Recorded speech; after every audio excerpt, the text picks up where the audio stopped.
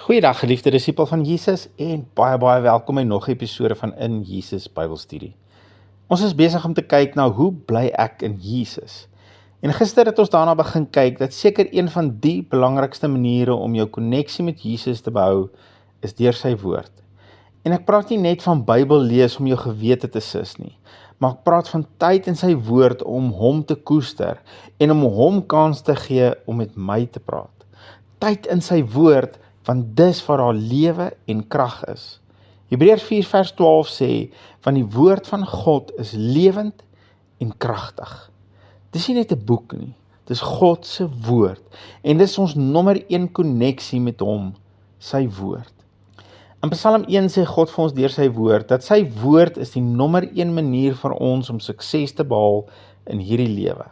Ons dink baie keer dis ons kennis van besigheid of van finansies of een of ander wêreldse kennis wat ons gaan suksesvol maak in hierdie lewe. Maar God sê nee, dis deur sy woord. En ek sê nie dat kennis en grade en ondervinding tel nie en gaan jou nie help nie, maar God sê ons moenie daarop steun vir sukses nie. Sy woord bevat alles wat ons nodig het en sy woord moet ons nommer 1 fokus en bron wees. Hy sê in vers 1 dat as jy geseënd wil wees, hier is wat jy nie moet doen nie. Moenie jou meng en gemaklik raak met die wêreldse sisteme en manier van dinge doen nie. Hy sê in vers 2, maar as jy geseënd wil wees, hier's wat jy moet doen. Sy behaag is in die wet van die Here en hy oordink sy wet dag en nag. Nou voor ek verder gaan, ek weet ons is nie meer onder die wet van Moses nie, maar onthou ook, toe hierdie Psalm geskryf is, was die Torah of die eerste 5 boeke van die Bybel soos ons dit ken, Genesis, Exodus, Levitikus, Numeri en Deuteronomium, dit was al geskrewe woord wat hulle van God gehad het. Ons het vandag die voorreg om baie meer van God se woord in ons hand te kan vashou, en selfs veelvuldige vertalings, en selfs dan nog op veelvuldige toestelle. Maar die punt is net, ons as Nuwe Testamentiese gelowiges, is nie verkeerd as ons hier die woordjie wet vervang met die woordjie Bybel, oftewel die woord van God nie. So vers 2 sê dan, in plaas daarvan om die wêreldse stelsel na te jaag vir sukses, maak eerder jou behaag, jou fokus, die woord van God, en oordink dit, dag en nag. Nou hoe lyk dit? Hoe oordink jy die woord dag en nag? En ek dink dit kan baie anders lyk vir verskillende mense, maar as ek jou maar net 'n paar pointers kan gee, skryf vir jou tekste op stukkies papier of print dit en sny dit uit en plak dit op verskillende plekke in jou lewe, soos jou kar se spieël, jou rekenaar se skerm by die werk, jou yskas deur, jou badkamer spieël, plak dit oral sodat jy herinner kan word daaraan en dat jy eerder daaraan kan dink in plaas van die dag se probleme by die werk of by die huis. Ja, maar ek moet aan oplossings probeer dink. Ek het nie tyd om aan Bybelversies te dink nie. Sê my, hoe werk dit vir jou tot dusver? Want ek kan jou verseker, God se plan vir jou lewe is baie beter as jou plan. En as jou plan tot dusver nie die regte resultate opgelewer het nie, is dit nie miskien tyd dat jy God se probeer nie?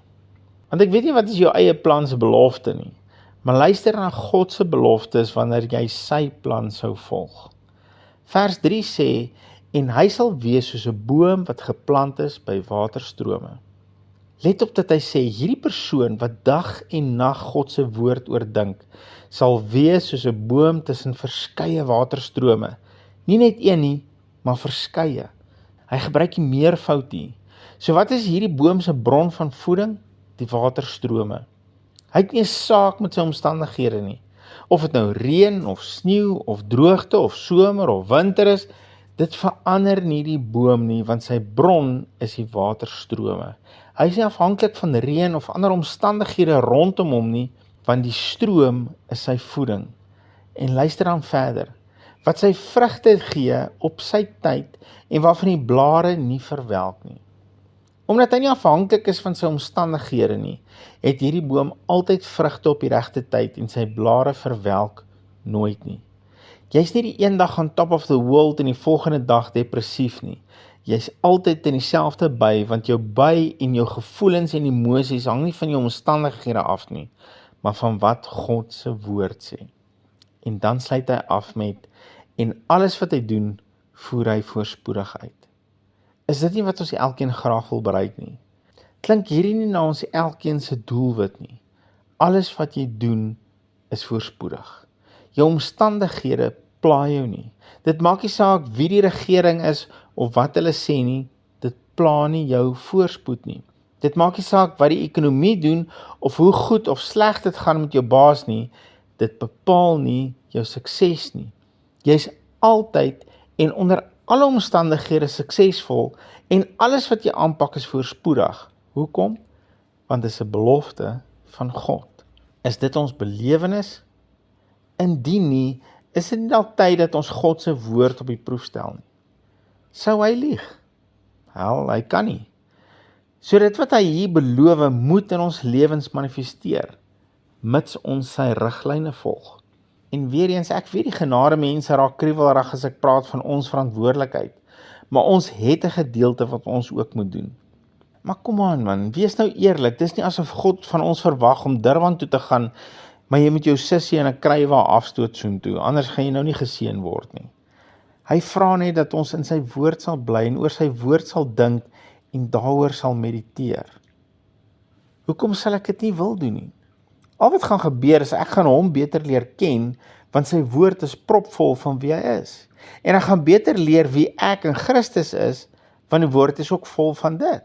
En dan gaan ek leer wat die potensiaal in my is, omdat ek nou in Christus is en hy in my is.